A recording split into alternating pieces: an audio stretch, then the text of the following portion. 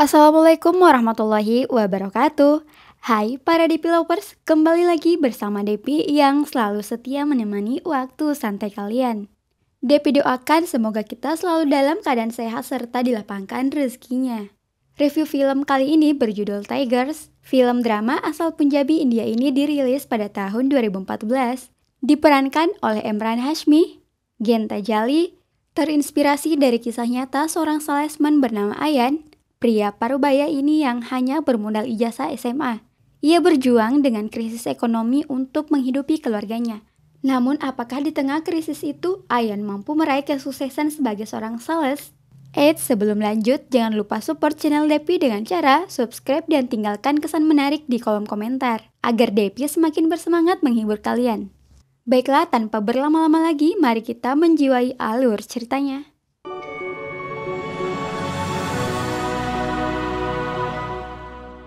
Di awal kisah, tepatnya pada tahun 1994 di Pakistan, di mana malam itu merupakan malam pertama pengantin Ayan bersama istrinya bernama Zainab.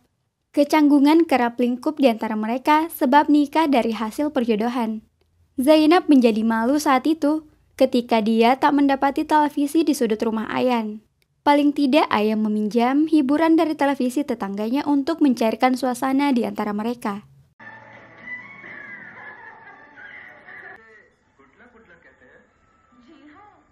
Ayan adalah seorang salesman yang bekerja di perusahaan farmasi lokal yang tak jauh dari daerahnya. Setiap hari kerja dia harus berkeliling untuk mencari kolega dokter maupun rumah sakit, agar jualannya tersebut laku di pasaran. Tetapi ada suatu hari di mana Ayan bersama rekannya telah menunggu lama seorang dokter praktek untuk menjual obat tersebut. Tetapi tak kunjung ada tanggapan, hingga seorang pedagang dari perusahaan multinasional tiba-tiba masuk ke ruangan dokter. Ini memberi isyarat kepada Ayan bahwa dokter anak tersebut lebih memilih produk asing daripada produk lokal yang dimilikinya. Dokter ini memang sengaja menolak pembelian obat-obatan lokal sesuai dengan permintaan pasar. Sekeras apapun Ayan menegosiasi, tetap saja dokter itu bergegas meninggalkannya. Ayan telah putus asa karena setelah tiba di rumahnya, ia juga telah diwanti-wanti oleh pemilik kontrakan bernama Apaji. Kedatangannya adalah untuk menagih pembayaran kontrakan Ayan yang sudah jatuh tempo. Namun keuangan yang belum pulih karena targetnya belum tercapai, sehingga dia meminta kepada Apaji untuk memberi kelonggaran seminggu ke depan. Berlanjut di mana Ayan dan Zainab telah masuk bulan ketiga pernikahan mereka. Kini Zainab bekerja sebagai asisten ayah Ayan yang berprofesi sebagai pengacara. Keesokan harinya, Ayan dan Zainab telah berada di sebuah restoran. Zainab di sini berusaha mendapatkan suaminya pekerjaan yang lebih baik. Di sebuah koran itu, Zainab menemukan lowongan kerja yang sedang mencari perwakilan medis dari sebuah perusahaan multinasional. Namun setelah melihat persyaratannya, Ayan tak mau memperpanjang lagi, disebabkan syarat utamanya membutuhkan lulusan S1 yang kompeten. Dan syarat itu tidak dimiliki Ayan, karena dia tidak menyelesaikan kuliahnya. Bukan faktor kenakalan remaja, melainkan waktu itu setelah ayah Ayan kehilangan pekerjaan, dia pun harus menyelesaikan alias keluar dari meja perkuliahan dan membanting tulang mencari nafkah. Malam itu, Ayan bersikuku untuk tidak mendaftarkan diri, tetapi Zainab selalu saja memaksanya. Ayan! Dan karena cintanya kepada Zainab, Ayan pun akan mencobanya. Tiba keesokan harinya, keluarga Ayan begitu antusias mendengar Ayan akan melakukan interview di perusahaan tersebut. Tanpa modal besar, dia dibantu oleh Bibi Farida dengan meminjamkan jas serta sepatu pantofel milik tetangganya, agar penampilannya berkesan di hadapan HRD kantor tersebut. Namun sialnya, di atas bus yang padat itu, kotoran ayam pun jatuh tepat di atas jas yang dikenakan Ayan. Setiba di kantor multinasional bernama Lasta, Ayan merasa minder dan canggung dengan banyaknya pelamar berstatus sarjana, yang juga akan berkompetisi bersamanya. Lasta mempunyai ciri yang menggeram layaknya harimau. Dalam pembinaan itu, masih akan dilakukan tahap seleksi lanjutan. Di antara pelamar ini, masing-masing bertukar informasi tentang apa saja yang ditanyakan saat interview. Pria yang di sebelahnya menjawab jika yang ditanyakan adalah pengenalan beberapa rumah sakit dan dokter. Tetapi seorang staf dari Lasta mengecokkan konsentrasi Ayan dengan menanyakan nama seorang dokter. Dan dokter itu bernama Dr. Wasim, sehingga ia pun gugur dalam tahap interview ini. Menjadi penilaian sejauh mana Ayan punya pengalaman, dan menurut HRD tersebut Ayan tidak layak untuk lolos sebagai seorang pegawai di Lasta. Ayan sungguh tidak terima dengan sikap pria ini, hingga kemudian dia mendatangi dan memakinya, dan menyebut nama-nama dokter serta apotik besar di wilayah Pakistan, sebagai tanda bahwa Ayan adalah seorang berpengalaman di bidang salesman. Di sini Ayan meyakinkan pria ini dengan berkata bahwa dirinya itu pria bodoh dan terbukti atas penilaian yang tidak berdasar kepada Ayan. Setelah kembali ke rumah, semua orang telah menanti kabar gembira dari Ayan. Ayan pulang dengan membawa oleh-oleh yang menjadi pertanda bahwa dirinya telah diterima di perusahaan Lasta. Dan sang ayah sangat bangga mendengar bahwa Ayan telah mendapat pekerjaan. Ayan pun tak lupa memuji Zainab sebagai lambang keberuntungannya. Scene berlanjut. Esok harinya adalah awal seorang Ayan penjual obat memulai karirnya di perusahaan obat luar negeri. Pria ini bernama Bilal. Bersama Bilal yang merupakan direktur Lasta, mereka memasuki gudang perusahaan Lasta dan mengatakan jika target Ayan adalah seorang dokter anak, perawat juga apotik. Selain itu, Bilal memberikan sekopok uang saku kepada Ayan. Bukan untuk dirinya, melainkan untuk mengesankan target di pasaran agar memberi referral kepadanya. Bilal tampaknya telah menguasai banyak tentang apa yang disukai oleh para dokter tersebut, sehingga ia hanya menyampaikan saja kepada Ayan. Di tempat selanjutnya, ibu Ayan yang begitu bangga anaknya telah mendapat pekerjaan, memberi bingkisan kepada tetangganya. Sebagai tanda terima kasih karena sebelumnya telah meminjamkan sepatu kepada Ayan.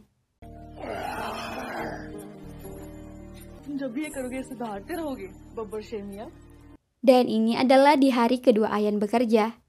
Ayan memberi bingkisan berupa kado kepada para suster di sebuah rumah sakit. Ini diberlakukan agar suster tersebut memberikan Ayan informasi tentang dokter bernama Faiz. Dan dengan baik, Ayan menguasai pola seorang dokter Faiz.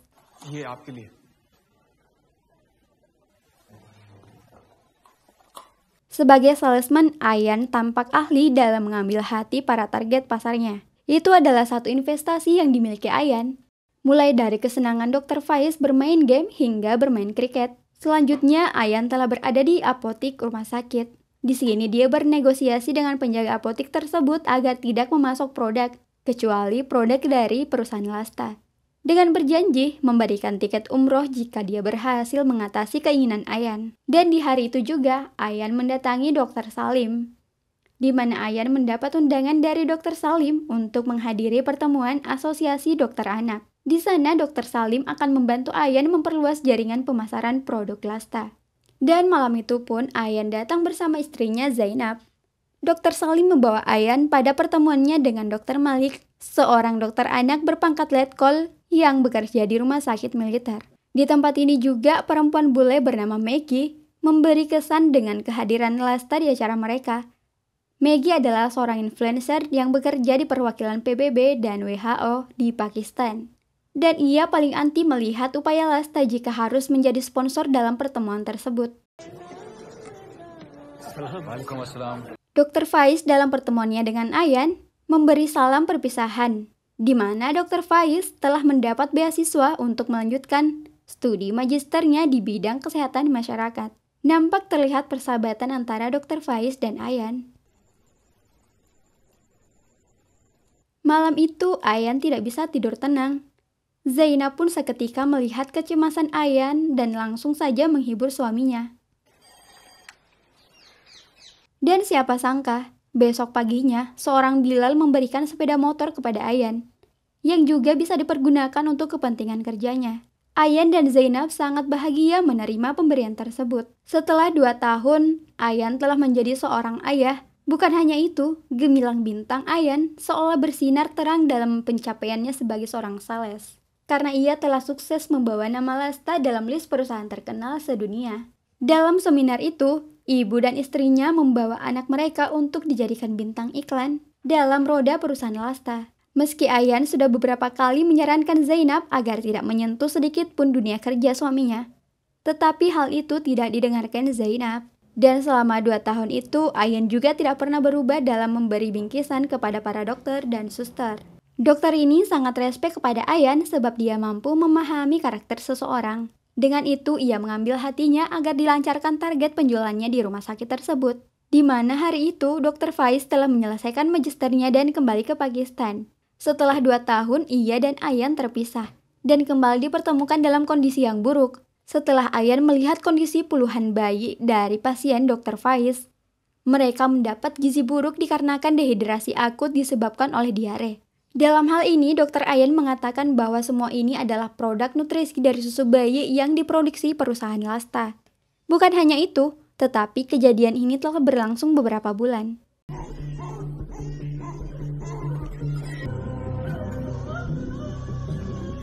Setelah menyaksikan itu, Ayan begitu murung. Ia merenungi mengapa hal demikian bisa terjadi. Dr. Faiz marah dan mengatakan kepadanya bahwa bagaimana para dokter dan suster bisa menghindar dari produk Lasta jika Ayan selalu saja menyogok mereka dengan memberi hadiah dan uang. Sehingga itulah yang membuat Dr. Faiz marah dengannya. Tanpa berpikir panjang, Ayan pun mendatangi asisten gudang tersebut untuk menemui Bilal yang tak menampakkan batang hidungnya. Sehingga Ayan pun mendatangi tempat kumuh di mana bayi-bayi yang terdapat gizi buruk itu berada. Akses air bersih yang terbatas membuat orang-orang di sana hidup dalam kisah hidup yang kotor. Assalamualaikum. Keesokan harinya, Dr. Faiz mendatangi rumah Ayan untuk bercerita satu solusi. Ia memberi solusi untuk para korban dari susu formula Lasta ini. Dr. Faiz menyarankan agar para bayi diberi minuman ASI. Dan scene selanjutnya di mana Ayan mengembalikan motor pemberian Bilal kepadanya sebagai tanda pengunduran diri. Namun Bilal sama sekali tidak terima dengan pengunduran diri Ayan. Dia menyarankan agar dia bertindak dan mengambil keputusan yang bijak, sebagaimana aturan di dalam perusahaan Lasta. Ia kemudian curhat kepada ayahnya sebagai seorang ahli hukum, karena ia ketakutan akan dipidana sebagaimana Ayan telah melanggar ketentuan dari perusahaan Lasta untuk mempromosikan produk. Ayan merasa bahwa dirinya telah dijebak dalam kerja-kerja Bilal selama ini, di mana Ayan memperoleh semua itu dari cara Bilal yang memberikan uang kepada Ayan. Tetapi hukum tetap akan berjalan bila mana Ayan melanggar ketetapan tersebut. Namun ayahnya berkata bahwa jika kwitansi telah berada di tangan Ayan, itu bisa menjadi bukti yang kuat di pengadilan. Scene berlanjut. Ayan mendatangi Dr. Faiz untuk kelanjutan kasus tersebut. Banyak kejutan menarik yang tidak sama sekali diketahui Ayan selama ini. Bahwa Lasta adalah perusahaan terbesar di Pakistan yang telah dirawat oleh pemerintah. Negara mendukung produksi perusahaan Lasta, dikarenakan Lasta menyimpan tender yang besar untuk kepentingan pemerintah. Dr. Faiz tidak bisa membantu banyak dalam hal ini dikarenakan dirinya hanyalah seorang dokter biasa. Tak selang lama, Bilal bersama sales barunya telah berada di rumah sakit ini. Ayan sedikit takut jika harus kembali berhadapan dengan Bilal. Lantas ia pun mengurung niatnya untuk pulang ke rumah, lalu mendatangi ruangan Dr. Salim. Tetapi apa yang terjadi? Dr. Salim pun telah menghindar dari Ayan. Dia sama sekali tidak membuka komunikasi kepadanya. Rasa bersalah Ayan telah menjadi bayang-bayang di dalam dirinya. Dr. Faiz tidak tega melihat ketulusan Ayan, karena mereka telah memanfaatkan keberingasan untuk kepentingan sendiri. Malamnya, Zainab dan ayahnya merancang sebuah pernyataan sikap untuk aksi protes yang akan digelar mereka. Dan tiba-tiba saja Dr. Faiz datang membawa berkas yang berisi data penderita gizi buruk. Dr. Faiz bekerja sama dengan Ayan untuk menebar plakat berisikan surat protes yang ditujukan kepada perusahaan Lasta. Dan di sisi lain, Ayan melihat kondisi keuangannya yang semakin menipis karena tidak memiliki pekerjaan yang tetap, membuat ia dan Zainab harus mengirit pengeluaran rumah tangga mereka. Karena saat itu Zainab tengah hamil besar dan akan segera melakukan persalinan. Di sisi lain, Lasta tidak terima atas pengunduran diri Ayan. Mereka pun meminta agar Ayan ganti rugi atas kerusakan motor perusahaan. Tetapi setelah laporan hukum masuk ke pengadilan, mereka pun berdamai. Namun Lasta tidak menghentikan penjualan susu formulanya, sehingga Ayan membawa laporan itu kepada Organisasi Kesehatan Dunia. Get very thorough records. Sehingga saat itu kondisi mulai sangat berbahaya, karena pihak Lasta mengetahui kedekatan Ayan dengan Dr. Faiz. Mereka pun mendapat teror dari Bilal. Tidak hanya Dr. Faiz, Ayan pun telah menjadi target penculikan oleh perusahaan multinasional ini. Malam itu Dr. Faiz mendatangi kediaman Ayan dan mengatakan bahwa Bilal telah mengancam keluarganya.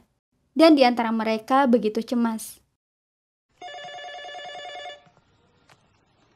Dan hari itu Ayan mendapat telepon dari Dokter Kolonel. Ayan telah mengatur siasat agar Zainab dan anak-anaknya tinggal sementara waktu di rumah orang tua mereka dan pergi meninggalkan rumah tersebut karena situasi tidak memungkinkan bagi keselamatan keluarganya. Selanjutnya Ayan tak menduga sama sekali Dokter Kolonel ini telah menjebak dirinya, di mana di ruangan tersebut Bilal sudah ada untuk menanti kedatangan dirinya. Dokter Kolonel ini mencoba mengusik surat hukum Ayan yang menyorot pemerintah dan perusahaan multinasional. Sehingga Dokter Kolonel ini pun dibuat marah. Dan terjadi perdebatan antara Bilal dan Ayan. Namun apalah daya, Ayan berada di kandang macan yang siap menerkam dirinya kapan saja. Pada akhirnya Ayan disekap dalam penjara militer dalam beberapa hari. Namun Dokter Kolonel membebaskannya dengan beberapa syarat. Dan di tempat lain, Dr. Faiz dan Maggie telah berada di kediaman Zainab. Dan tiba-tiba saja kedatangan Ayan membuat Dr. Faiz merasa canggung. Meskipun Maggie telah berubah pikiran dengan menarik perhatian penuh atas kasus ini. Tetapi Ayan tidak tertarik lagi untuk mengusik lebih jauh kasus Lasta. Dia tidak ingin mengambil resiko besar untuk keselamatan istri dan anaknya. Tetapi malam itu, kata-kata Zainab mempengaruhi dirinya agar tetap berjuang melawan perusahaan tersebut. Hingga Zainab rela meninggalkan suami yang dicintainya dan pergi jauh dari Pakistan demi menyelamatkan keluarganya.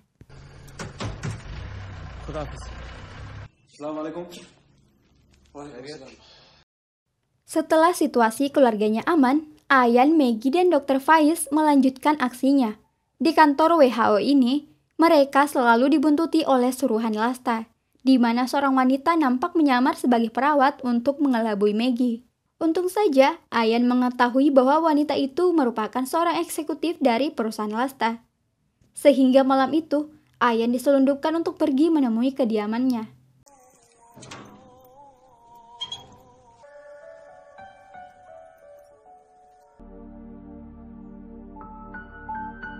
Dan beberapa hari kemudian, seorang pria tampak turun dari mobil membuat Ayan menjadi curiga. Namun ternyata itu adalah kawan Maggie yang seorang jurnalis bernama Michelle. Mereka akan membuat film dokumenter tentang gizi buruk. Dengan syarat nantinya Ayan akan dibawa ke Jerman untuk kontrak penyiaran.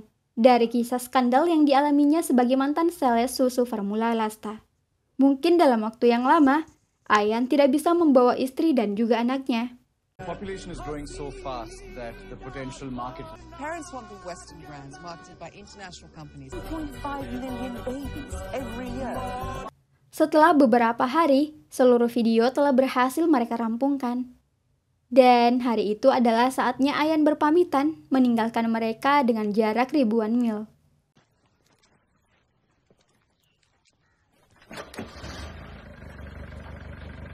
Scene berlanjut di mana Ayan telah tiba di Jerman. Usaha mereka telah tercium oleh pemerintah dan pengusaha Lasta. Ada satu hal yang membuat Ayan batal diliput malam itu. Disebabkan urusan skandal susu formula tersebut mendapat intimidasi dari pemerintah setempat. Di mana rekaman Ayan bersama Dokter Kolonel itu diperoleh media Jerman. Ayan berusaha mengelak sogokan sebanyak $60 yang diberikan kepadanya. Karena saat itu Ayan tidak bisa berbuat apapun saat mendapat ancaman seorang diri. Dan hari itu ketika dia kembali barulah dia menyadari arti penting dari perjuangan Zainab. Bagi Ayan, rekaman itu bukanlah kesalahan dirinya. Sebab setelah ancaman itu, Ayan sama sekali tidak mengambil uang haram tersebut. Karena ia harus berdiri di atas prinsipnya. Tetapi tidak satupun lawyer yang akan membacking kasus ini.